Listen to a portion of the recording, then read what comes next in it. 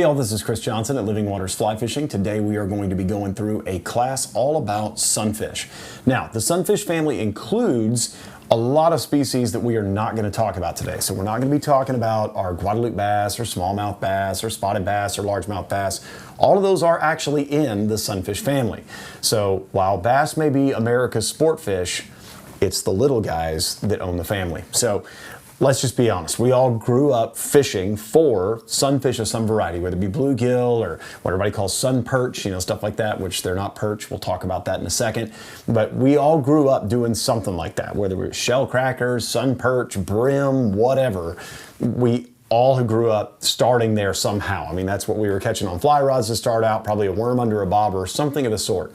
And a lot of people turn their nose up at sunfish, and I've never really understood that. I think they're great.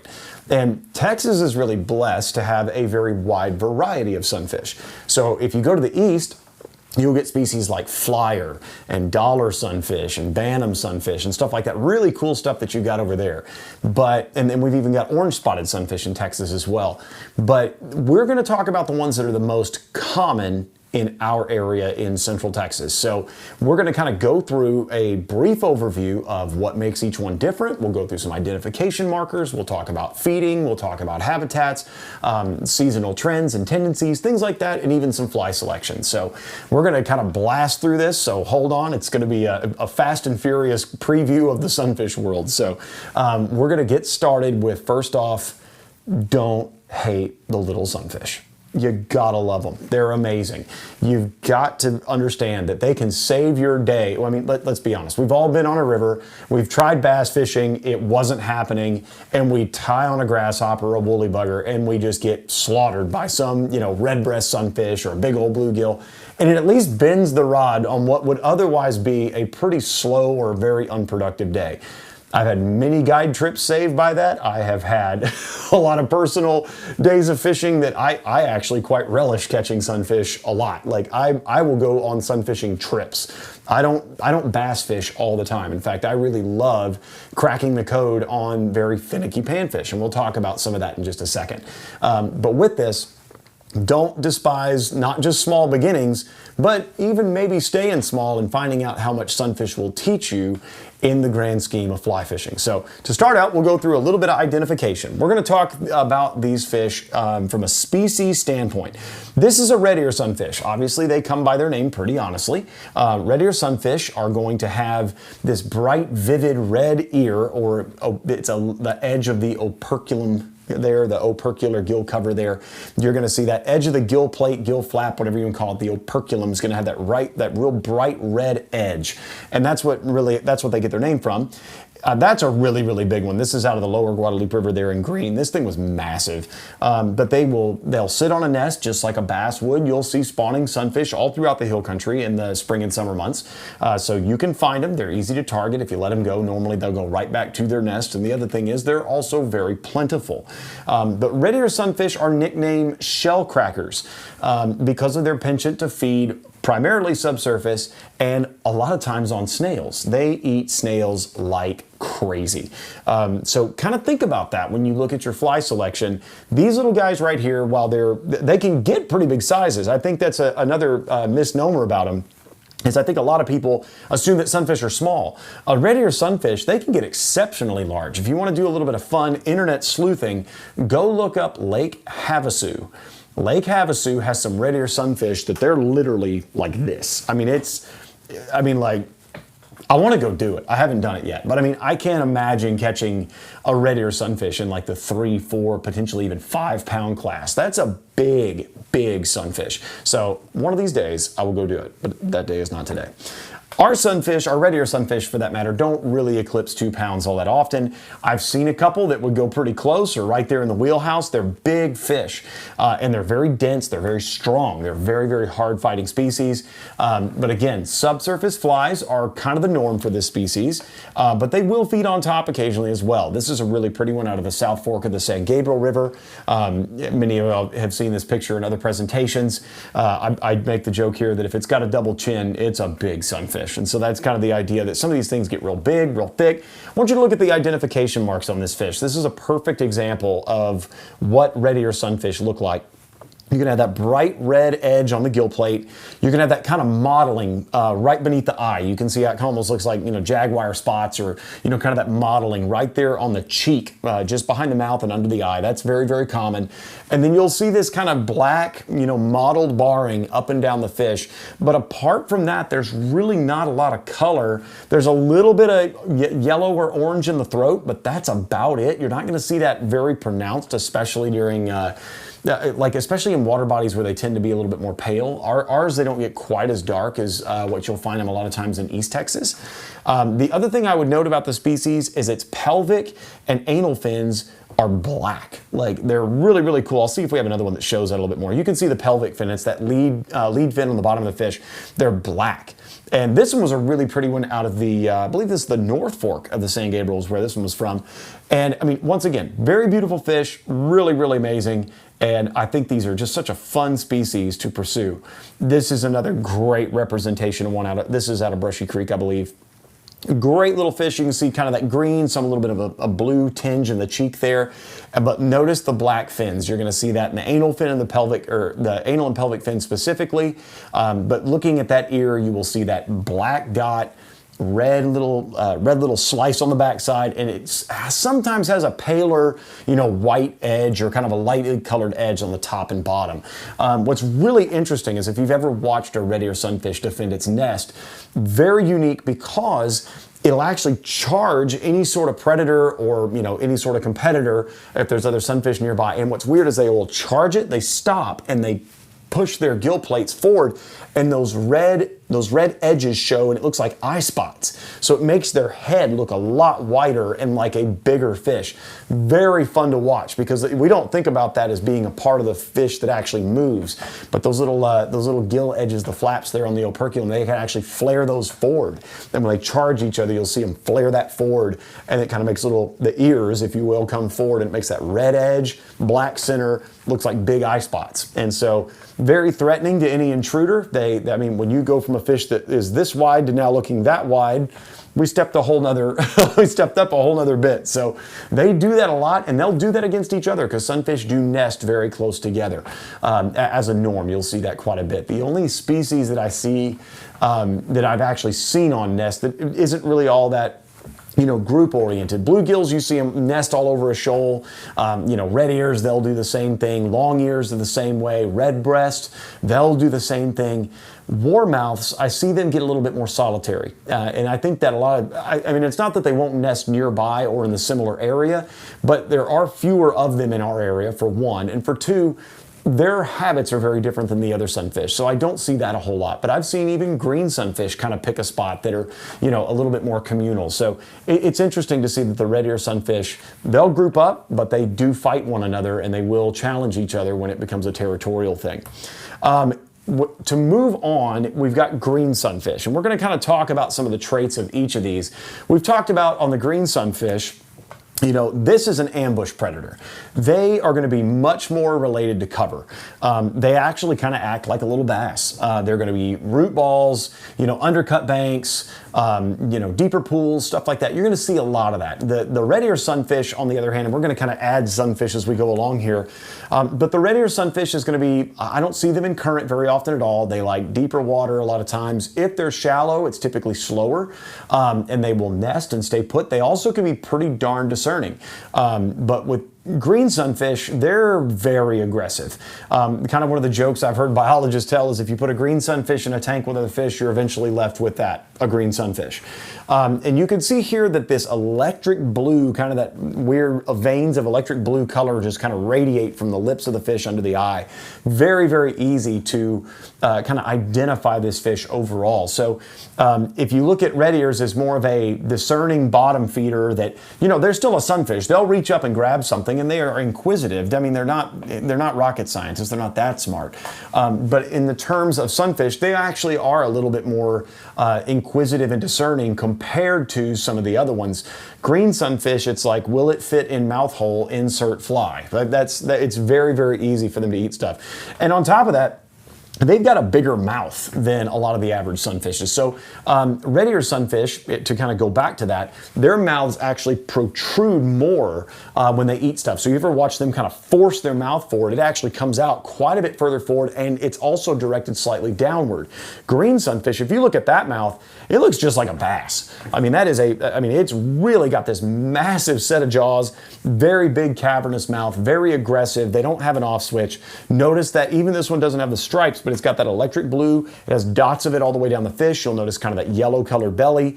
Again, some green sunfish are going to exhibit that black fin on the lower side, but even the second dorsal will go black. So you see kind of the soft rayed dorsal in the back of the fish there. That will also exhibit some black color from time to time. So the pelvic, the anal, and second dorsal can also be black. Green sunfish, very aggressive species. I love that. You can see the black fins on that. That's a great looking one there. And I love that blue upper lip. They're just such a neat fish. But again, I want you to think ambush predator. I want you to think, you know, a lot more cover oriented. They're not shy. They're very aggressive. They are thicker. Their body shape is a little bit different than a lot of your kind of rounder sunfish. They're a little bit more elongated, very thick. They have a very bulldog looking head, just real broad. And they're just super aggressive. And they will be together in groups. If you catch one green sunfish, chances are there's a bunch more nearby and likely in the same exact spot. So if I catch one, I normally keep fishing that exact same spot and go catch more. Again, they can differ in coloration depending on where you go and when you catch them. Again, this is just a typical green sunfish out of Brushy Creek here. Electric blue cheeks, you'll see that spotting, kind of that little blue spotting all the way down the fish. Black fins, big mouth, very, very typical. If you find them, this is a really big one out of South Texas. This one's actually caught out of some still water, but what a beautiful fish. If you catch them when they're in spawning color, a lot of time you will see this, where you see this orange pelvic fin, that black gives way to the orange on that underside there on the anal fin. Look at the top, the second dorsal. The top edge of the spiny dorsal is tipped white. The top edge of the soft rayed dorsal, the secondary dorsal there, is going to be tipped white and orange. So all those fins, even the tail, has white, orange, black. It's so pretty.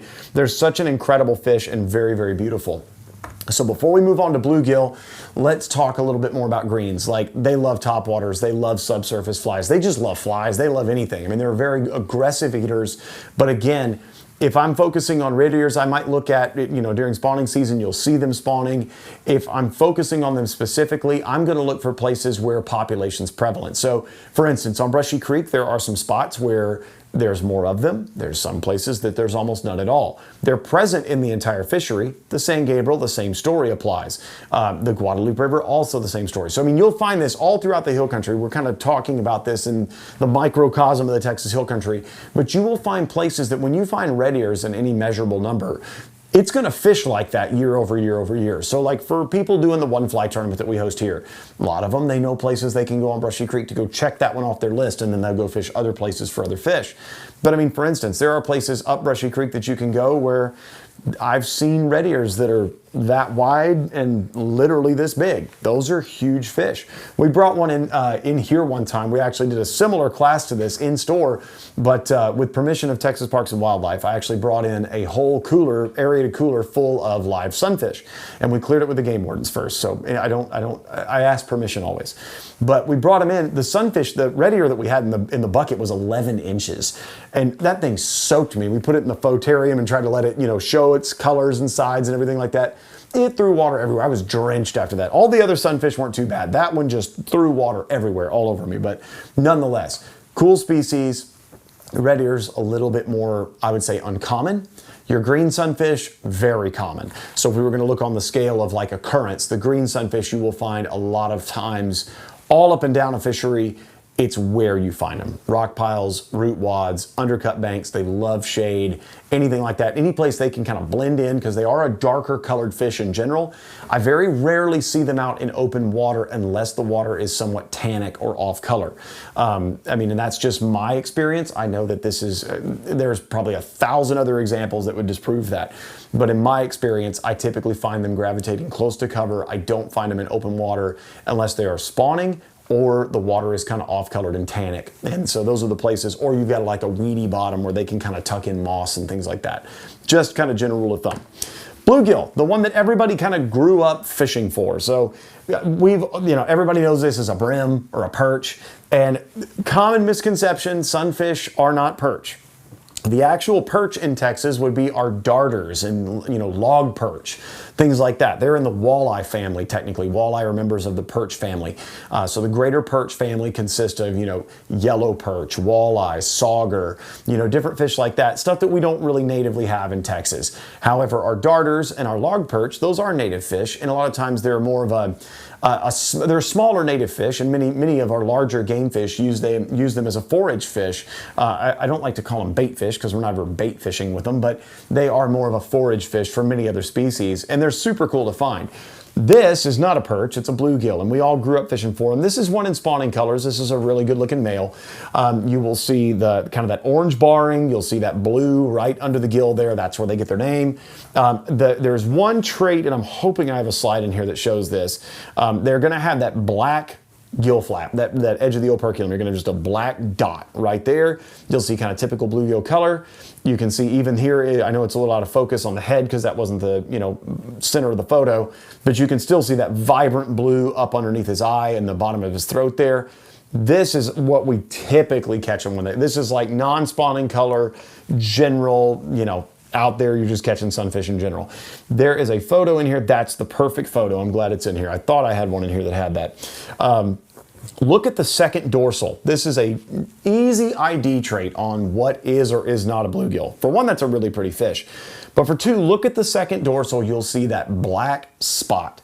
Bluegill have that. They have this very dominant black spot at the base, the rear base of the secondary dorsal. And bluegill are just kind of your equal opportunity employers. They love just eating stuff. They like eating poppers, they like eating spiders, they like eating streamers. They eat stuff they got no business eating. You can throw an articulated streamer this long and catch a sunfish this big on it. It's the weirdest thing in the world. They don't know they're little. They really don't. If they ever got 10 pounds, you should never get in the water again. They would eat you. But literally, these things are so prevalent all throughout Texas, and they're a blast. And if you've never gotten into a mess of giant bluegill, it's one of the most fun things you can do on a fly rod. I mean, I've literally caught bluegill that have measured over 13 inches, and that's a massive sunfish. There's not a whole lot of fish that fight harder pound for pound than a beefy bluegill or Redear sunfish. Those things are amazing. And even just a big redbreast. I would say those three really are the scrappers. They're flat, they're thick, they get big, and they're mean. Everything you could possibly want in just a good fighting sunfish. So back to our bluegill. If you ever get into a big mess of these things, I will let you in on a lovely little secret. If you want, and it may be a big secret, but in the fly fishing community, I find that not a whole lot of people know about this. You want to catch giant bluegill, you need to get thyself to Inks Lake. Inks Lake, put a kayak in, put a bass boat in, put whatever you got. Go rent a canoe at the state park. The state park's great. Go stay a night or two. Great facilities, great place. They've done such a great job with that park. You can stay right on the water, shove the kayak off and go to town. But some of the backs of these coves, I mean, in June and, late May and things like that, the fishing is out of this world for giant sunfish. And I mean, I'm talking like big. We're talking like foot-long, thick bluegill. They're amazing. So if you've never done that, it is well worth your time and effort, and they're dumber than a stump. They're just amazing. They're not that discerning. You get in their wheelhouse, they're gonna eat it. I remember a time that me and Emily went out there and just hammered. I mean, we were throwing big woolly buggers, and they just would not leave them alone. I know guys that throw poppers. I like throwing Rio Banditos on them. It doesn't matter. They're going to eat it. But if you want to see them on top, man, they'll crash a spider or crash a little bluegill popper. They're great. And we'll talk a little bit more of kind of the kind of attributes of different fisheries and how those correspond to different sunfish. So moving on a little bit, ID marks, that's just kind of standard coloration, a little bit more plain than some of your other sunfish, but still pretty in their own right. Then you get these guys, and this is kind of a weird deal. These are called copper-nosed bluegill, and they're a fish that's stocked a lot in private ponds and even recreational fisheries. These copper-nosed bluegill are kind of this really big, massive, I think it's just weird. They have this really dark coloration, that kind of mottled cheek you'll see, and then they even sometimes get pink right behind the operculum there. So kind of weird to see these guys, but they're big and they fight like mad. That right there, I mean, textbook. Absolute textbook, spawning male bluegill. Beautiful, beautiful fish. Look for that secondary dorsal spot, you can ID them. All right, moving on to what I would probably say is our cutest sunfish. I'm a huge fan of these little guys. I think they're adorable. This is a red spotted sunfish, and hopefully you can see on the slide there, the scales on the flank of the fish are just little red dots. All up and down that lower flank, you see it specifically. A bunch of little unique ID marks. For one, pay attention to all the white edging on all of the fins. The pelvic fins have a little white tip on them. The anal fin has a white tip. The tail has white edging. The dorsal is white edged all the way through. And it's got these bright iridescent blue dorsal fins. This one was actually in spawning season, so it's a little bit more lit up. But one of the telltale traits is look right underneath that eyeball. There is a turquoise crescent right underneath the eye. Super unique, really beautiful species. They're not very big. These guys are so small. You're not going to catch very many big red spotted sunfish. If you catch them further east, they're going to be much more vibrant and red. Here, kind of in the hill country, you're going to see a lot more like this. I think that one's off the San Marcos, if I remember correctly. It's that or Sulphur Creek in Lampasas, but that one's off the San Marcos for sure. And you'll notice it's not really lit up, but you can see it's got that white edge on the tail, the little crescent, that blue crescent right beneath the eye. That's how you can really tell these guys apart. They love cover. They love being tight to cover. I don't see them in open water very much at all. Other sunfish like redbreast sunfish, bluegill, Redear sunfish, I see those are my open water species. My greens, my red spotteds, warmouth, things like that. Those are my cover species. They're up on the margins and the edges of things. You don't see them. I just don't see red spotteds in the open very much at all. It's the other species that are bigger, badder, and not as much of a prey item, if you will. Red spotted sunfish don't really get a whole lot bigger than that right there. So I mean, they're, hand size would be massive. And I've never even caught one that big.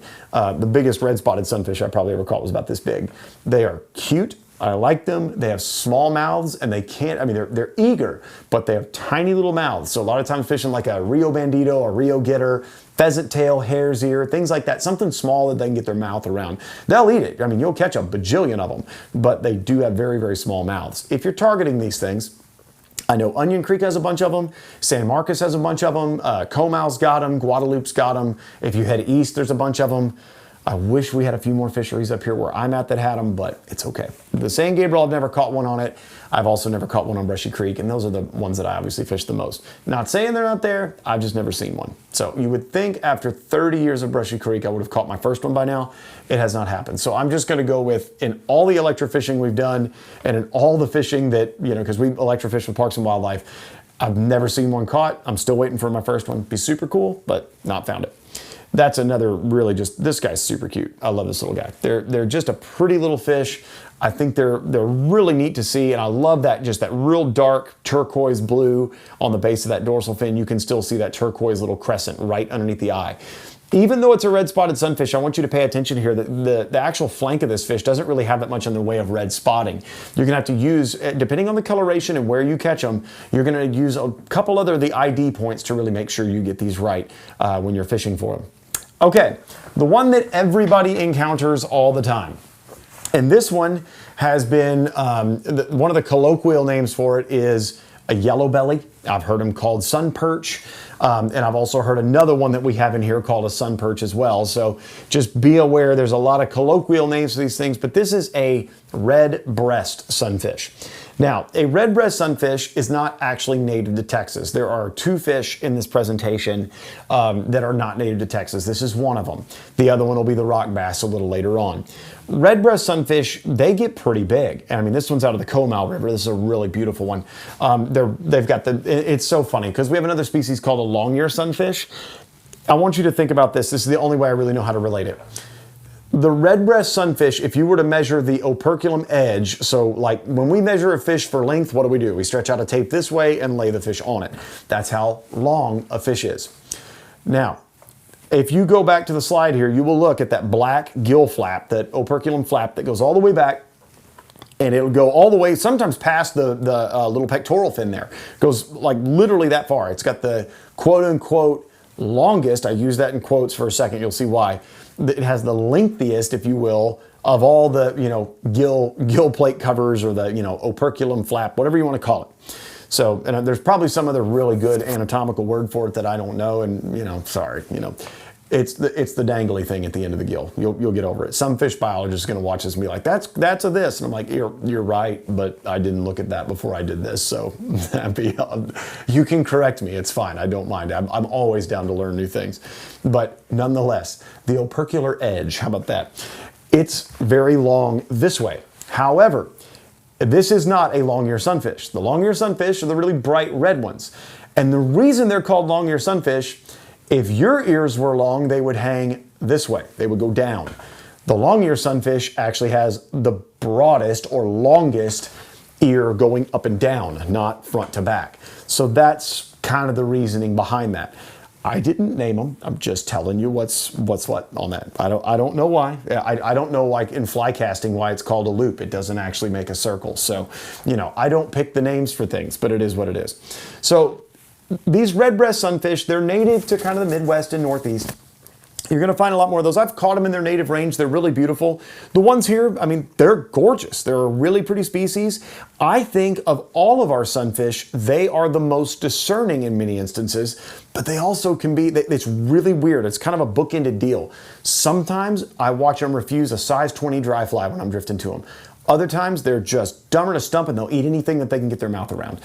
It depends on what they're doing, what's happening, what hatches are going on, what season it is, how many of the other sunfish are present. Are they competing for food? Is it a singular fish? There's so many wrenches that you can throw into this, but I think the species itself, I know they're not native.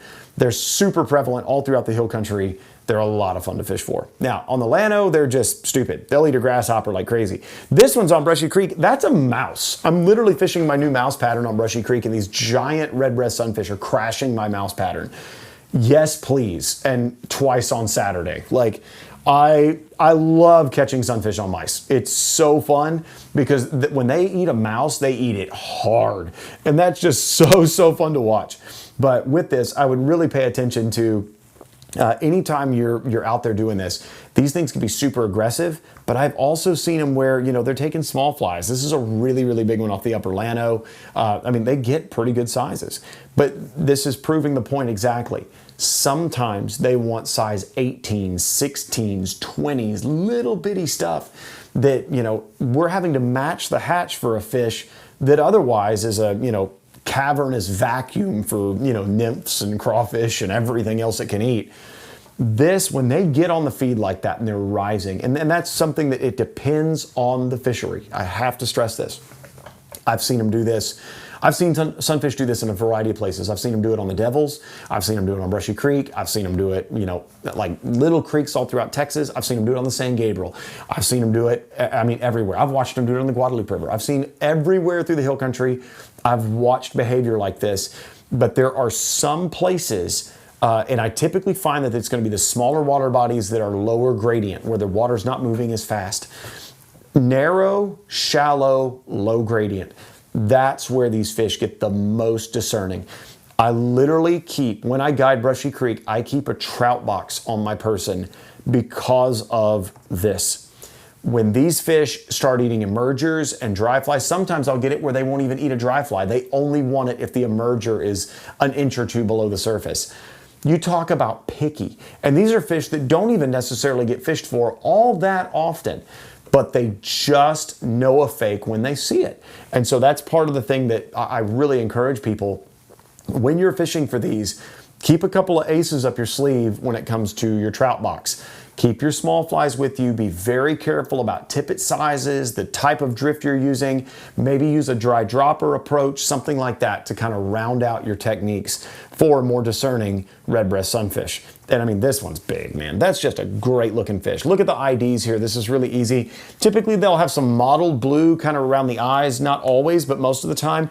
Notice it's not as much of it, and it's also not as vibrant as what comes on a green sunfish. The green sunfish is like an electric blue, and the redbreast is going to be more of a turquoise. You'll see that real long opercular flap that's going to be black. You're going to see kind of that red or orange throat, so Redbreast sunfish, obviously. You're going to see this kind of a pale blue mixed with some golds and tans going back through the fish, and they may have a lighter colored dorsal. During spawning season, the tips of their tail actually turn a bright orange or bright red in the males. Very cool to see that. All right, moving on. I love these guys. They're so fun. They're dumb. They're so dumb. They eat everything, and I love them for it. This is a Longear sunfish, and I love Longear sunfish. They're one of my absolute favorites. Now, I have to be very accurate because, again, somebody will correct me.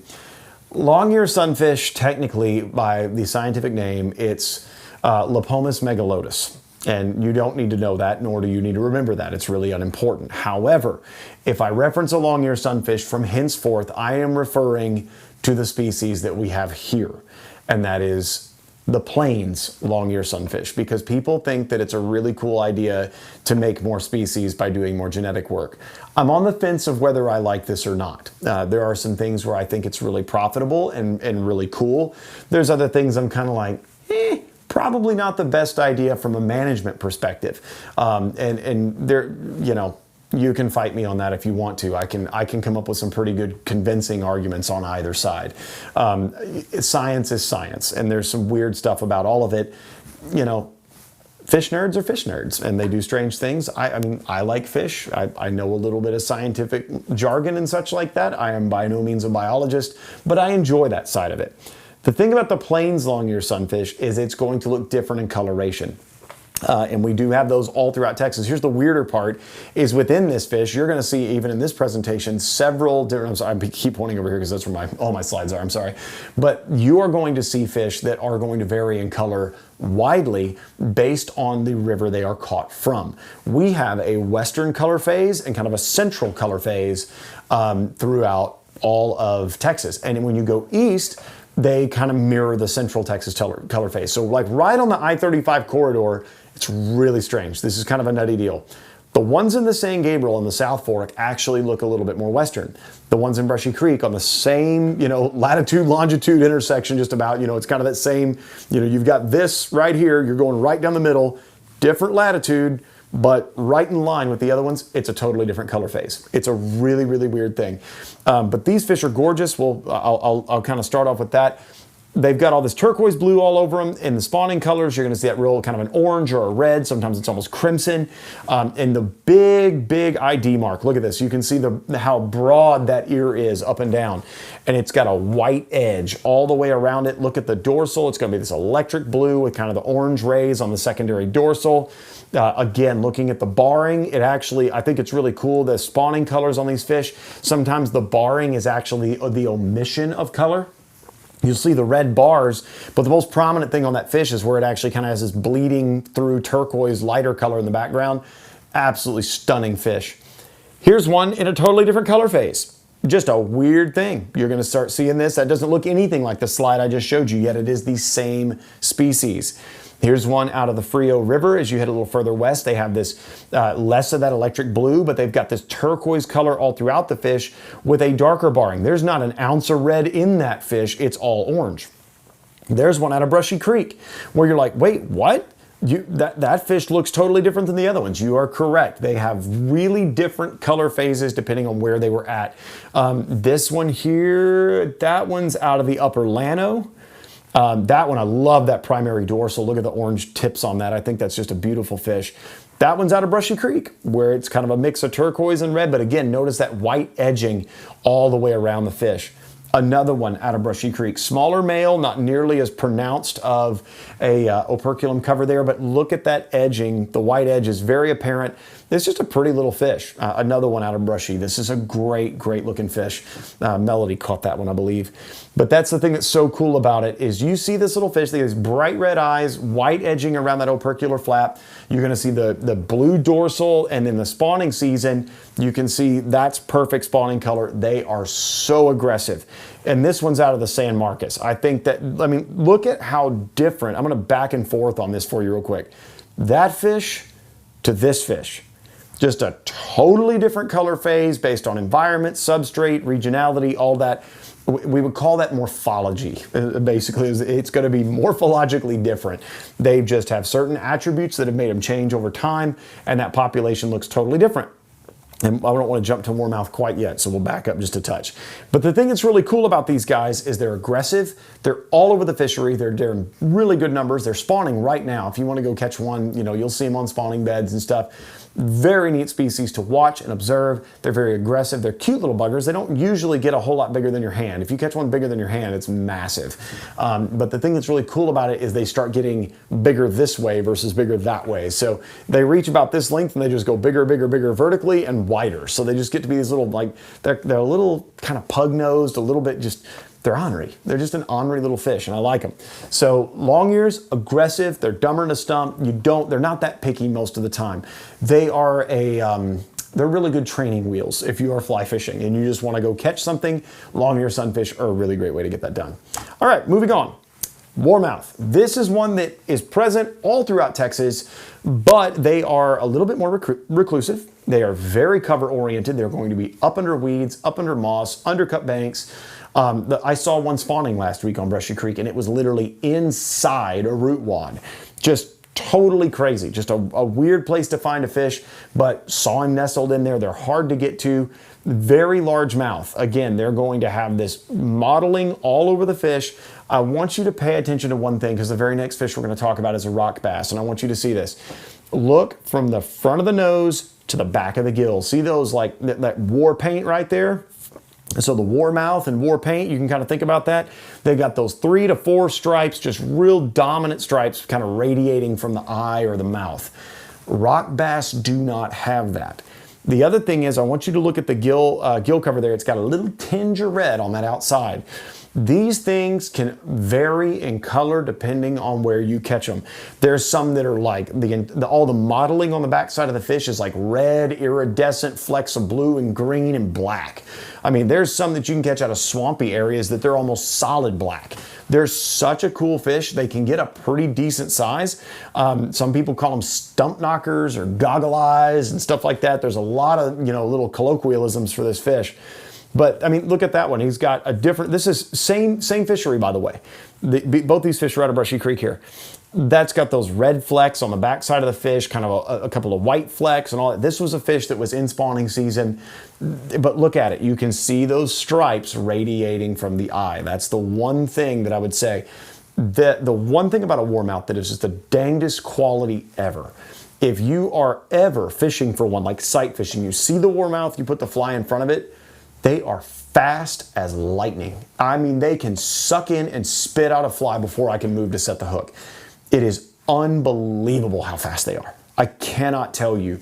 Like, if they want to get rid of a fly, it's done. I mean, it's literally in out. It's just that quick. And no, I'm not going to make that noise again for you. But it's the craziest thing in the world that when they pick up a fly, I mean, they inhale it because their mouths are huge. So they flare their gills, inhale that water, and they suck the fly in with it. They can get rid of it every bit as fast, if not faster. It's just incredibly. I've watched it happen. I literally was sight fishing for one time. I whiffed on it 3 times, and I don't whiff on fish very much. I've sight fished a lot. It's something I love doing, and it's one of my absolute favorite ways of fishing is actually seeing what I'm catching. I don't miss very often. Not like bad. I might like whiff on one or like nick one because he got, but like to whiff 3 or 4 times in a row where I'm not even getting a hook in that fish and I'm watching him eat the fly, that's fast. And my reaction time's pretty quick when it comes to this. I mean, I've had a lot of practice. Not saying I'm the best out there, but I'm pretty fast. These guys make me look like I'm in slow motion. And it's just incredible. Like to set the fly in front of the fish, hop it, and he's just gone. And I'm here and there's a fly, like these flies like stuck in the tree because I missed completely. I literally caught that fish after missing him 3 to 4 times of getting him to finally eat the fly because I'm sitting there nudging him and trying to get him to, because he was defending an area and he wasn't being aggressive towards the fly. He was just kind of bowing up at it. And finally I irritated enough that it ate it. I finally got to the point where when I saw his mouth open going that way, like when I saw him start to move in on the fly, I went ahead and set the hook and I had him in the roof of the mouth in the back. Like, there's no way. Had I waited for him to close his mouth on it, it would have been over. I mean, it was just in and out that fast. So really cool fish, a lot of fun to watch. Man, this is a really pretty one. Mason just caught this one last week. Super pretty fish, but look at those stripes from the eye. That, I mean, there's maybe not a better photo anywhere to illustrate this. It's just, it's got those, 3, 4, 5 stripes radiating from the eye, just like that. Little tinge of red on the edge of the gill plate, modeling on the back half of the fish, including the fins. Notice how the fins oftentimes will match the modeling of the rest of the fish. Very, very beautiful fish. Very neat one to pursue. Again, ambush predator, reclusive, loves dark environments, loves weeds, loves stumps, loves like undercuts. I've had them eat topwaters. They will crash them on occasion.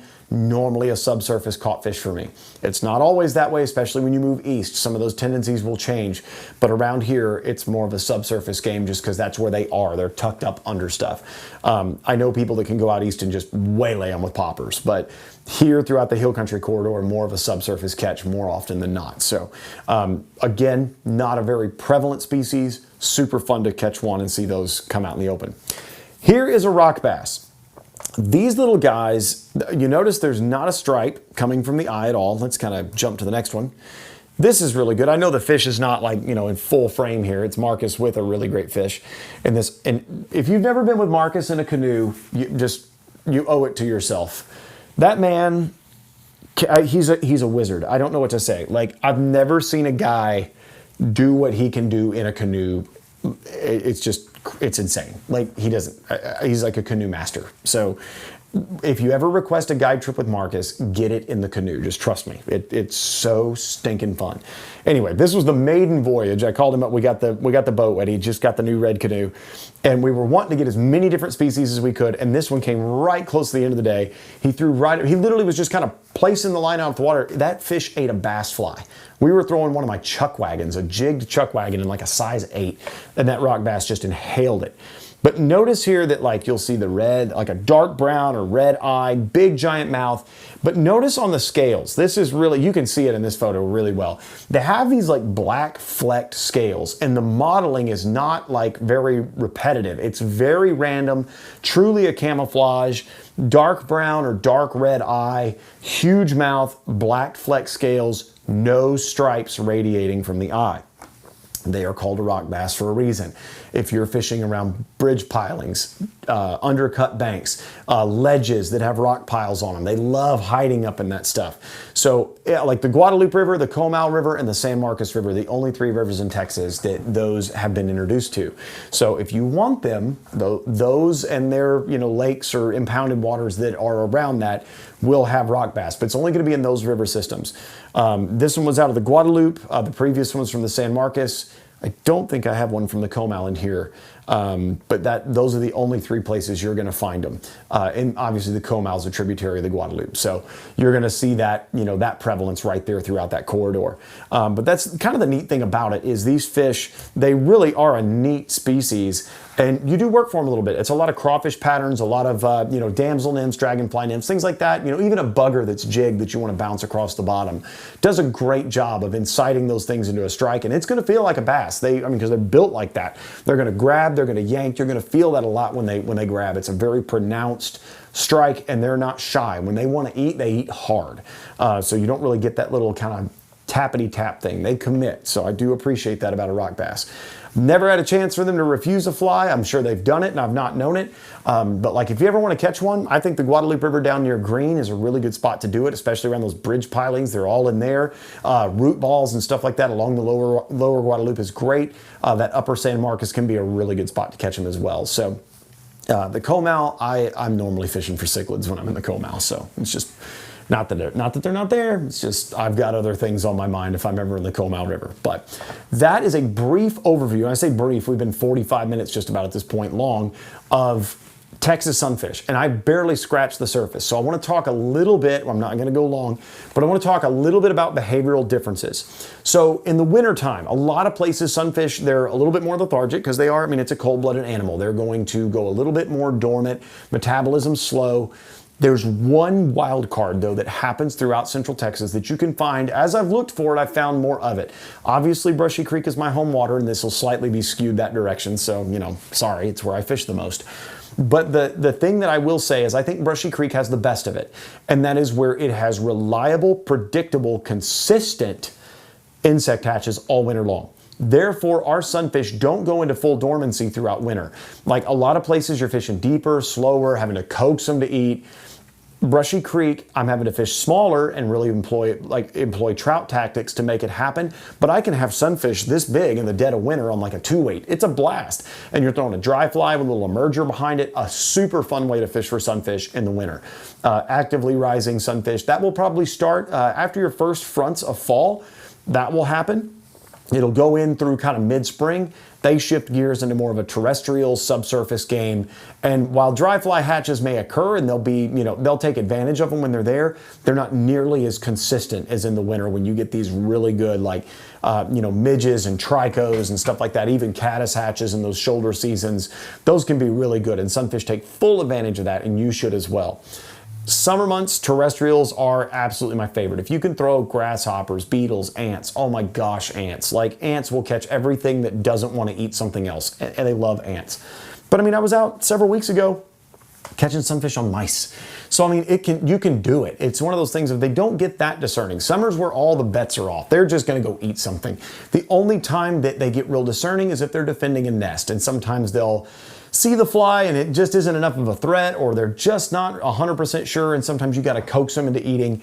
That can happen, and it's a lot of fun, and I enjoy it, and I still release my fish and they go swim right back to the nest most of the time. But there's so many of them, I just don't feel bad about it, so I don't mind nest fishing sunfish. The only thing that I really am kind of a hard stop on is I do not fish cichlids that are actively guarding fry. Sunfish don't have that same spawning activity at all, so it's a very, very different procedure there. But nonetheless, think about the wintertime dry fly game. We do full classes, and we'll probably do one later in the year or the beginning of next on kind of wintertime tactics for bass and panfish. That all kind of loops into that. But you have kind of your dry fly game that's more of that trout fishing type technique with drifting dry droppers or even double nymph rigs or just fishing a single dry. You can do all of that during those shoulder seasons for very finicky fish.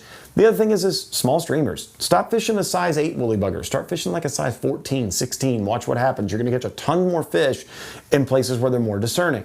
The other thing is for the terrestrial bite, if you find that sunfish are getting real slappy, let them slap it once. A lot of times they'll come eat it again. A lot of sunfish will come up and kill the fly, the actual bug. They'll hit a grasshopper really hard to kill it, circle back around and eat it. That does happen a lot. So they're just kind of a neat little species. I didn't pull the book off my bookshelf over here. If you can find it, it's out of print, but I highly recommend the read. Go on Amazon and find one. I don't carry it in store, it's out of print. Jack Ellis wrote a book. He was a Texas-based author. He wrote a book called The Sunfishes. Read it. It is the first piece of fly fishing literature that was kind of centered in the South that I'm aware of that really painted. I mean, there's other books on sunfish, don't get me wrong, but his painted sunfish in a way that was very romantic. And I thought, I really appreciated that about the book, because he compared and contrasted it to trout fishing in the western states. And he had a lot of that experience, kind of the Yellowstone area and things like that. Just a great, great book to kind of read through and see kind of the finer side of sunfishing and some of the stuff and he writes it from an East Texas perspective. So it really kind of helps you compare and contrast with what we have here in Central Texas with what's behind the pine curtain just east of us. And fishing sunfish in East Texas is so stinking fun. It's a blast. And some of those lakes out there grow some huge ones. Some of the bayous and stuff like that. It's just awesome. I mean, East Texas is so cool. I wish I spent more time out there. I really, really did. Now, another thing that you can do that's really fun, and I've got a phone here. Y'all may or may not be able to see this. You need to get this app if you don't have it. It's called iNaturalist. iNaturalist, you can literally go into the Explore section, put in the species name, and it'll show you all the fisheries that they've been caught in. And sometimes this is biologists sampling, sometimes it's anglers like you and me catching them and posting them. If you want to actually contribute, you sure can. And it'll help kind of build the species network. If you are planning a trip and want to go pursue a species, great little cheat sheet to know exactly where they are. And they may not have pinned it right on the spot, but you know they're in that river or stream or creek or lake, wherever you're fishing. Just a good idea to think about that. iNaturalist, a great app if you're looking at trying to kind of mix up your sunfish diversity. Another book that is hard to find, you may have to go on Amazon for this one. We've had a couple shipped into the store over the years, but this is Freshwater Fishes of Texas. It's Chad Thomas, Timothy Bonner, Bobby Whiteside. Great book. This is kind of the textbook, if you will, that it's more of a biologist view on all the fish of Texas. And it goes through, range, habitat, characteristics, coloration, fin counts. That was one thing I failed to mention. The warmouth and the rock bass have a different amount of anal spines. And so if you look at the anal fin, it's got a different number of spines. You can tell just by looking at it. You don't have to count spines. If you get good at it, you can ID them on site. But this is a great book to have in your library. I'm a huge nerd when it comes to that. Melody was saying that I need to actually do a class on books that I recommend out of my library. I actually keep a pretty extensive fly fishing library that, you know, predates my existence by a long shot, where I try to compile that, because the thing I am finding out, and you will as well in time if you haven't already, the internet can only feed you modern data most of the time, where it's YouTube or articles that were written, and some of the early articles that were written, you're having to dig so far back, it's not coming up in search results because there's not as many views, not as many follows, not as many anything else. So a lot of the actual, you know, very factually based scientific, or, you know, kind of the greats, if you will, that wrote all this stuff kind of right as the internet was starting to come on the scene, where information like that was making it online, that's not coming up in searches anymore at all. So for me, that's why I have curated a library for me, that I am able to go back and pull from that information. Because let's just be honest, with AI now, I don't trust any of it. So for me, if I've got it in print, it may not be factually perfect, because there's new science that may have disproven this or done that. But I like to see how we thought about it back then. And some of the fly side, knowing where we came from in many instances, influences me to kind of know where I want to go. And so from a sunfish perspective, books like Jack Ellis's book, The Sunfishes, and he had another, had another one that he did, I think it was it Bassin? I think it was Bassin. I think it might have been Bassin with a fly rod or something like that. I'm looking on the bookshelf, see if I can see it, and I don't see it. But nonetheless, those books, great books to read that are Texas-centric. Really great books to put in your arsenal. So we can talk more about that some other time, but read those books. The Sunfishes is a great one to put in your arsenal. You can still find it. It's all over Amazon. Great read, short, easy, a lot of fun. You know, use iNaturalist for species ID. And then for just general techniques and tackle, Tenkara is great. 3 weights, 2 weights, 4 weights. Don't overgun them. They're sunfish, for goodness sakes. So just have fun. Enjoy the fish that I tell people all the time, if I ever left Texas, I wouldn't miss my bass. I'd miss my sunfish. The variety, just their eagerness, their consistency, and the fact that even when the bass don't want to play, when it's, you know, 50 some odd degrees outside with water temperatures that are freezing cold, I bet I can find me a sunfish rising on an emerger somewhere in a creek in Texas. And I love that. I absolutely love that. And that's something that I think is quite admirable for any species. So if you turn your nose up at sunfish, you need to rethink your life. That's just all I have to say. There is a better way, and that is fall in love with the fish that is the absolute cutest, orneriest, most terrible attitude fish, with the exception of Rio Grande cichlids, in the entirety of Texas. So Rio Grande cichlids still have another whole thing. Like, there's sunfish meanness and attitude, and then there's like cichlids way up here somewhere. Not even in the same galaxy. That's just a different deal. That is for another time. Thank y'all so much for watching. Hope you learned something. If you have any questions, chime in the comments. I will do my very best to answer those in a timely fashion. If you have any, need flies or anything like that, we obviously have it here. I mean, patterns, let's be honest. If it's small, buggy, sinks or floats and about that big, it's a great sunfish fly. You're gonna be fine. But like obviously our favorites, Rio Banditos, Rio Getters, pheasant tails, hare's ears, there's so many others that do a great job. Small buggers, and I mean, even like a foxy clouser in small sizes, lantelopes and poppers, and the list goes on and on and on. I mean, there's not really a wrong bug in many instances. But if you need any of that, we've got it at the shop. We're happy to help. Our staff here is great. And we just want to help educate and get you on the water and help you have the best time you possibly can when fishing Texas and beyond. So thank y'all so much for watching. Do not hesitate to reach out through social media channels. Leave anything in the comments. We will answer back as quickly as we can. Appreciate y'all. We'll see you on the water or in the store soon. Y'all take care.